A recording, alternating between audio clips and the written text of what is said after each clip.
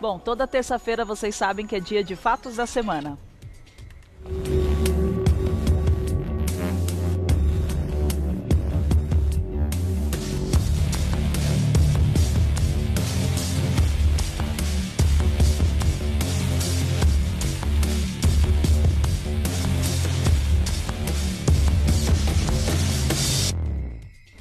No início do ano, assim como planejamos a nossa vida financeira, os brasileiros também querem saber como ficarão as contas do governo em 2018.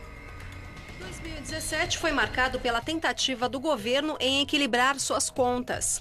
Com um rombo previsto inicialmente em 159 bilhões de reais, o governo conseguiu respirar aliviado no final do ano, quando economistas reduziram a estimativa do déficit primário para 156 bilhões de reais. Esse déficit ocorre quando os gastos do governo superam a arrecadação com impostos e tributos. Mas o alívio durou pouco. O ano de 2017 bateu recorde no número de liberação de emendas a parlamentares. Ao todo, foram cerca de 10 bilhões de reais liberados, um crescimento de 48% em relação ao ano anterior. E agora, em 2018, os gastos públicos continuam chamando a atenção. O fundo eleitoral aprovado no ano passado e criado para bancar as campanhas políticas com recursos do governo retirou mais de 400 milhões de reais destinados à saúde e educação. E como ficarão as contas do governo e o uso das suas verbas este ano é o que vamos falar hoje no Revista da Cidade. E como sempre, ele aqui, o Dr. Eduardo Leite, tudo bem? Bom dia! Bom dia! Um excelente 2018 para você, para a equipe, para o nosso diretor e para todos os telespectadores que nos acompanham. Claro, feliz ano novo. 2017, espero que eles nos acompanhem agora em 2018. Também, sempre, né? E também atualizando essas informações, que na verdade a gente fica tão preocupado, tanta coisa aconteceu em 2017 que o brasileiro ficou tão sem esperanças. É um ano atípico, né, Marisa? É um ano atípico, é um ano que a gente tem que redobrar as nossas atenções, né? É um ano eleitoral, sobretudo. Sim. É um ano que o Brasil pode se transformar, pode atingir essa transformação que o Brasil precisa, que a nação precisa, sobretudo os brasileiros, né, para ter uma tranquilidade, e nada melhor do que começar pelas finanças, né? Sim, pelo não amor, só as nossas finanças, mas sobretudo as finanças do governo, porque as finanças do governo diz respeito ao nosso bolso. A do coletivo é todo, óbvio, claro. Atinge diretamente ao nosso bolso, porque nós que pagamos as contas. Claro, com certeza. E o que a gente pode esperar nesse cenário político para 2018 em relação à economia? Olha, vai ser um ano difícil, não vai ser um ano fácil, assim como em 2017.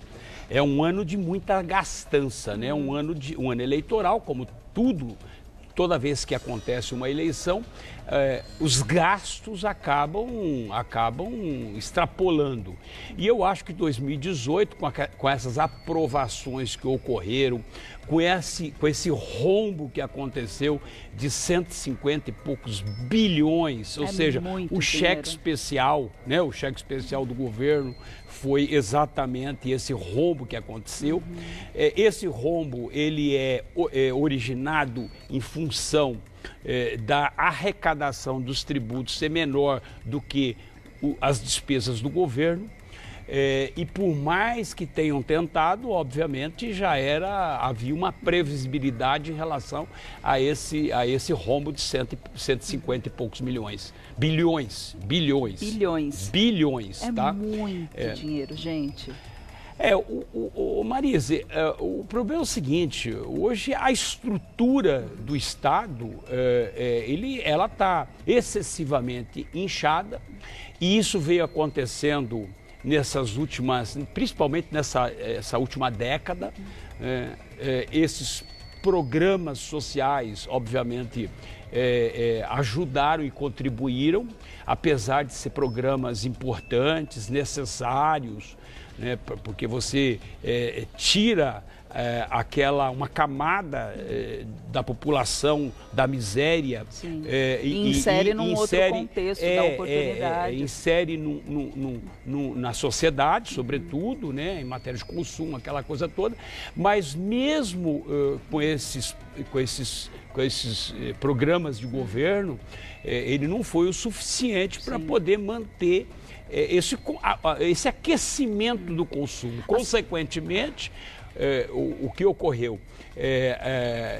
O Brasil entrou numa recessão, sabe que nós atingimos aí um patamar de 12, quase 13 milhões de desempregados. Isso significa que são pessoas fora do mercado de trabalho, né, consumindo o mínimo possível, e fatalmente você, na verdade, mexe diretamente na economia, nas finanças do governo, ou seja, as pessoas não consomem, impostos não são recolhidos e, consequentemente, não são arrecadados e, consequentemente, as despesas continuam do mesmo tamanho. E aí vira essa bola de neve que nós estamos acompanhando, trabalhando e ralando bastante para ver se um dia a gente chega numa conclusão final, se é que vai ter. Em relação aos programas que você falou, muitos são bem interessantes. Eu acredito que todo mundo queira que a gente pegue, né, essa outra classe social e que todos tenham oportunidade, mas parece que faltou uma administração séria, faltou um olhar mais crítico, um planejamento. Você não concorda com isso? Olha, eu acho que são questões pontuais, tá? Primeiro, é a questão de gestão. Eu acho que, antes mesmo da gestão, eu acho que algo que nós precisamos, e eu venho insistindo muito, é a questão da corrupção no país. Ou seja, se você for pensar, o que aconteceu com a Petrobras, por exemplo, foi o maior roubo, não é rombo, é o maior roubo da história. Não se tem outro conhecimento na história. A gente não está falando do país, não, a gente está falando da humanidade. A nível mundial. Então foi o maior roubo que aconteceu.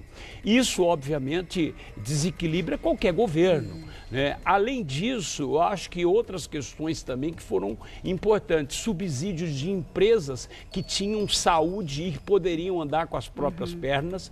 Subsídios e financiamentos de programas fora do país, né, de países socialistas, países que têm uma política de esquerda, sobretudo, que agora não estão honrando com os seus financiamentos que ocorreram, né? Construção, por exemplo, de aeroportos e de portos fora do Brasil, subsidiado pelo governo brasileiro, isso obviamente atinge. Então quem está pagando essa conta, efetivamente, somos nós, os brasileiros. A população. E consequentemente, parece que não, mas essa conta também está sendo paga por aquelas pessoas que recebem e que muitas deixaram de receber Bolsa Família, deixaram de receber esses programas sociais, porque quando o rombo acontece, o rombo somado ao roubo acontece, é evidente que você precisa mexer na gestão. A gente pode até melhorar quando o crime acontece, né? Porque então, bem isso. Na minha percepção, é o que eu sempre digo, o principal ponto nesse país é a questão da corrupção. Se você não acabar com a corrupção, né, ou diminuir a corrupção de forma substancial, eu diria que é imprescindível. Imprescindível, primordial, para que a gente possa começar fazer um planejamento, começar a respirar fazer um planejamento e daqui mais ou menos em uma década, mais ou menos, em 10 anos, talvez o país comece a respirar. Mas eu acho que antes dos 10 anos, eu acho difícil o Brasil reverter essa situação, porque se você for pensar lá atrás, se nós voltarmos a 20 anos, 20 e poucos anos, 30 anos atrás, você vai perceber, nós levamos quanto tempo para poder sair daquela daquela inflação maluca de 1000% ao ano, né, para chegar a patamares inferiores. Nós passamos por vários planos, né, passamos por crises, recessões, passamos por muitos problemas para poder atingir um equilíbrio. Quando nós atingimos o equilíbrio, aí começou essa questão dos desvios, esqueceram da estrutura logística do país, entendeu? A sensação que eu tenho é que sempre aconteceu esse tipo de coisa, é que agora tudo está se fazendo ver, né? Tudo está vindo à tona.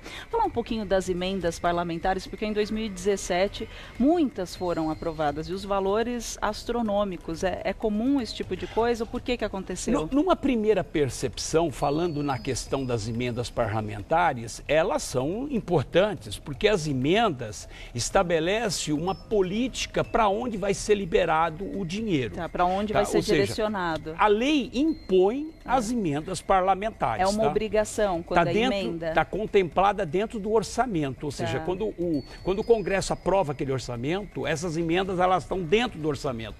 Então são dinheiros destinados para, por exemplo, para a educação, para a saúde. Então há necessidade, por força de lei, dessas emendas serem liberadas. Então é dinheiro que vai para os municípios, que vai para os estados, para poder o quê? Para poder criar os programas e, sobretudo, manter educação, saúde, transporte, habitação, todas essas questões. O grande problema é a forma, é o que eu sempre digo, é a forma que você utiliza as emendas parlamentares, porque as emendas parlamentares, elas não deveriam ser moeda de troca. E elas passam, pelo menos 2017 ficou muito evidenciado, porque você teve um crescimento, se você pegar, em 2014 nós tivemos aí 6 bilhões de emendas, e para 2017, 10 bilhões de emendas. Então, essa evolução se deu em função de uma necessidade momentânea, mas não por questões de políticas públicas, mas sim por moeda de troca. Então nós tivemos, por exemplo, 2 momentos importantes de 2017 que teve uma liberação e que privilegiou aquelas pessoas que estavam dando sustentabilidade ao governo. Entendeu? Que era a questão das 2 denúncias contra o presidente Temer. Isso foi os ápices dessas liberações das emendas. Por quê? Quem votou contra a denúncia contra o presidente, obviamente, obteve muito mais emendas parlamentares. Mas como você disse... Os oposicionistas tiveram um valor muito menor. Então, se você for pensar em matéria de políticas públicas, a lei diz que tem que liberar, mas não com esse critério. Mas não com essa finalidade. As emendas foram feitas para direcionar o dinheiro de forma obrigatória, num sentido justo e necessário à população, e não para interesse próprio. E não para favorecer um grupo político. Exatamente. Né? E neste caso, nesses 2 casos que aconteceu, foi na primeira denúncia e na segunda, ficou muito claro essa questão da liberação. E agora, em dezembro, teve também um ápice em relação à liberação de emendas. Por quê? Porque o governo, os economistas, havia uma previsão do governo de estourar, o rombo seria de 159 bilhões. Como chegou em dezembro, esse rombo caiu para 156 bilhões, o que aconteceu? O governo foi lá e liberou mais 2 bilhões e pouco de emendas por conta da segunda denúncia contra o presidente. Então, as emendas parlamentares, elas não podem ser moedas de troca. De forma elas alguma. têm que ser de acordo com a necessidade e de acordo com as políticas públicas regionais. Cada estado, cada município, ela tem que ter para fazer infraestrutura, para construir uma ponte, para poder dar dinheiro da população, para a educação, para a saúde, que são essenciais. E tem uma questão muito importante: quando você aprova o orçamento, tem moedas já carimbadas, ou seja, então dinheiro para a educação, dinheiro para a saúde são moedas carimbadas, dinheiro que tem que... Tanto é verdade que agora, recentemente, no Rio Grande do Norte, tentaram utilizar o dinheiro, esse é um bom exemplo, tentar utilizar 200 milhões para pagar as folhas de pagamento dos policiais militares e civis, e esses 200 milhões iria sair da saúde. Aí o Ministério Público, o que ele fez? Foi lá, entrou com uma ação e bloqueou essa liberação do dinheiro, porque ia sair da saúde, para pagar a folha de pagamento atrasada do Rio Grande do Norte. Tá? E aí a Justiça foi lá e impediu que fosse utilizada. Então isso é moeda carimbada. Dinheiro destinado à saúde e à educação é dinheiro com moeda carimbada. Até você falou isso do dinheiro que é destinado à saúde, à educação. Nós tivemos uma boa parte desse dinheiro que seria direcionado a setores importantíssimos, imprescindíveis na nossa vida, na vida da população, que foram direcionadas para o fundo eleitoral. Isso aconteceu em 2017. Aí já é uma outra problemática, mas um tanto confusa e assustadora. A questão do fundo, desse fundo eleitoral que foi aprovado em 1,7 bilhões, que vai ser distribuído para os partidos que tem, obviamente, cadeira no Congresso Nacional, porque você tem que ter cadeira para fazer parte de partilhar esse fundo. Então, de acordo com a quantidade de deputados que você tem, você tem um valor. Então, quem é hoje que vai receber a maior parte desse fundo eleitoral? Que é o PMDB, né, o PT, o PSDB, ou seja, países que... Desculpa, países não. Partidos que têm o maior número de cadeiras no Congresso Nacional. Isso dá um desequilíbrio, obviamente. Muito grande. Desequilíbrio até na disputa eleitoral, porque os partidos que vão receber essa fatia de 1,7 bilhões de reais são os partidos que estão num lamaçal terrível em matéria de corrupção, de roubalheira, e que isso, obviamente, mais uma vez, isso há um desnível em relação a isso. E mesmo assim foi aprovado, né? E esse dinheiro, é o que eu sempre falo, ou seja, tem um orçamento aprovado. Esse 1,7 bilhões, ele vai tirar dinheiro, tá? Vai tirar dinheiro da educação, vai tirar dinheiro da saúde, vai tirar dinheiro dos programas, porque não tem, o cobertor é curto, ou seja, de algum lugar tem que sair. Então esse fundo eleitoral, assim como a distribuição das emendas parlamentares, são assim, uma excrescência absurda, né? Uma atrás da outra, não é, doutor Eduardo?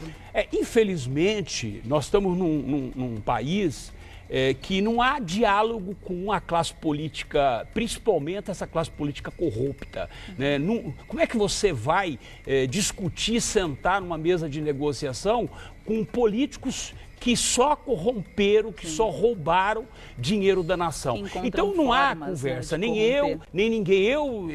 Obviamente, eu não vou discutir. Né? Se hoje, amanhã tivesse um debate, por exemplo, com um político, sabendo que tivesse esse político envolvido em corrupção, eu me negaria, obviamente, a debater, porque você debate com um criminoso. Não, né? Você não debate com um criminoso. Em negociação, então, a classe política corrupta do país, que você hoje tem uma grande parte, é o que eu falo, pelo menos 2/3 desse Congresso Nacional, ele tem que ser, na verdade, banido da vida pública, banido, excluído, sabe? Eliminado da vida pública. Pelo menos, ainda estou aliviando 1/3, tá? Estou aliviando 1/3, mas 2/3, e eu estou te falando, não só do Congresso Nacional, não só dos governadores, não só dos prefeitos, não só dos vereadores, deputados estaduais, eu estou dizendo a classe política brasileira inteira. Então, olha, um recado que a gente deixa para todo mundo que está assistindo a gente, na hora de votar, pesquise direitinho em quem você vai votar. Preste atenção, veja a índole, veja o histórico, não saia votando assim à torta e direito. A gente tem que ter inteligência e sabedoria na hora de votar, então prestem atenção nisso. E principalmente agora, viu, porque o financiamento da eleição de 2018 é financiamento público, é o financiamento de cada cidadão. De cada seu dinheiro, é meu dinheiro, é o dinheiro do telespectador, é o nosso dinheiro que está financiando. Então, quando você vota mal, você está, na verdade, estimulando que a corrupção permaneça. Claro, com então certeza. É o que eu sempre digo, mais do que o voto consciente, é o voto responsável. Com certeza. Doutor Eduardo, muito obrigada. Eu espero um dia sentar aqui e falar coisas incríveis no processo administrativo, que o governo saia dessa situação e que a população também volte a crescer. É isso que eu mais espero. Mas um dia a gente chega lá.